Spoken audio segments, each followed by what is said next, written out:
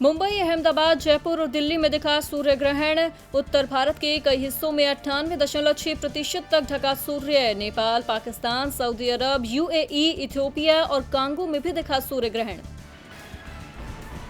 छठे अंतर्राष्ट्रीय योग दिवस पर बोले प्रधानमंत्री नरेंद्र मोदी, कोरोना श्वसन तंत्र पर करता है अटैक। प्राणायाम इम्यून सिस्टम को मजबूत करने में है मददगार। काम अनुशासन से करना भी एक तरह का योग है। भारत चीन विवाद पर फिर बोले अमेरिकी राष्ट्रपति। ट्रंप ने कहा, गंभीर समस्या से गुजर रहे हैं दोनों देश। हमने दोनों देशों से की है बात, मामला सुलझाने की कोशिश भी कर रहे हैं। जगन्नाथपुरी की रथ यात्रा के लिए 2 और याचिकाएं। सुप्रीम कोर्ट में सोमवार को होगी सुनवाई। पुरी शंकराचार्य का सवाल, सदियों पुरानी परंपरा टूटने पर क्या माफ कर देंगे भगवान। जगन्नाथपुरी में 23 जून को होने वाली रथ यात्रा पर सुप्रीम कोर्ट ने 18 जून को लगा दी थी रोक। कांवड़ यात्रा पर भी कोरोना वायरस का साया। इस साल स्थानीय स्तर पर जलाभिषेक कर सकेंगे शिव भक्त। यूपी, उत्तराखंड और हरियाणा सरकार में बनी सहमति। तीनों प्रदेशों के मुख्यमंत्रियों ने वीडियो कॉन्फ्रेंसिंग के जरिए चर्चा पर कांवड़ यात्रा पर रोक लगाने की बनाई सहमति।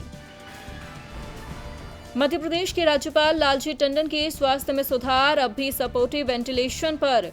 राज्यपाल के लीवर और किडनी में फंक्शन की थी शिकायत। लखनऊ में मेदांता अस्पताल में चल रहा है राज्यपाल टंडन का इलाज।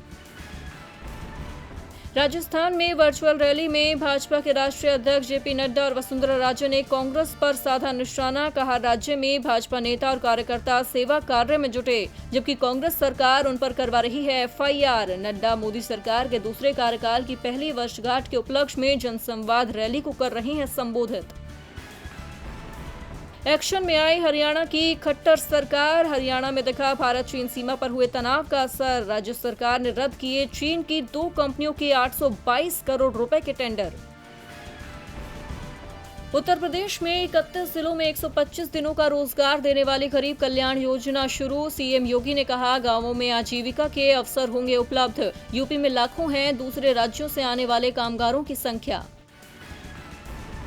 राजधानी दिल्ली में एलजी ने 5 दिन का सरकारी क्वारंटाइन आदेश लिया वापस। कहा, जिनके पास घर में आइसोलेशन की व्यवस्था नहीं वो कोरोना केयर सेंटर आएं। राजधानी में होम आइसोलेशन में रह सकेंगे कोरोना पॉजिटिव मरीज। देश में कोरोना मरीजों की संख्या 4 लाख के पार। 24 घंटे में 15,413 नए मामले आए सामने। कोरोना से जान गंवाने वालों की संख्या 13,254। कोरोना से जंग जीतने वाले लोगों का कुल आंकड़ा हुआ 2,27,756 के पार। देश के कई राज्यों में प्री मानसून ने दी दस्तक। दिल्ली एनसीआर समेत आसपास के इलाकों में 2 दिनों में मानसून आने की संभावना। गर्मी से मिलेगी राहत। दुनिया में संक्रमितों का आंकड़ा 89,22,000 के पार। अब तक 4,66,000 लोगों की मौत। महामारी से 47,43,000 लोगों को किया गया ठीक। अमेरिका में 23,30,000 से ज्यादा लोग हैं कोरोना संक्रमित। टेक महिंद्रा को great place to work institute ने 2020 में काम करने के लिए भारत की 50 सर्वश्रेष्ठ कंपनियों में किया शामिल। टेक महिंद्रा को मिला 21वां स्थान। इसके अलावा कंपनी को करियर प्रबंधन के लिहाज से 5 सर्वश्रेष्ठ कंपनियों में किया गया शामिल। कर्मचारी भविष्य निधि संगठन के अनुसार अप्रैल महीने में ईपीएफओ में हुए महज 1.33 लाख नए रजिस्ट्रेशन। आमतौर पर ईपीएफओ से जुड़ते हैं हर महीने औसतन 7 लाख लोग। लॉकडाउन के चलते पिछले कुछ महीनों में काफी गिरा ये आंकड़ा। बीएसई की टॉप 10 में से 8 कंपनियों का मार्केट कैप 1.76 लाख करोड़ रुपए बढ़ा। रिलायंस को सबसे ज्यादा फायदा। 11 लाख करोड़ रुपए के मार्केट कैप वाली पहली कंपनी बनी आरआईएल। भारत में क्रिकेट की जल्द वापसी मुश्किल। पूर्व भारतीय कप्तान राहुल द्रविड़ ने कहा, देश में अभी स्थिति खेल के लायक नहीं। इंग्लैंड वेस्टइंडीज सीरीज से बहुत कुछ सीखना होगा।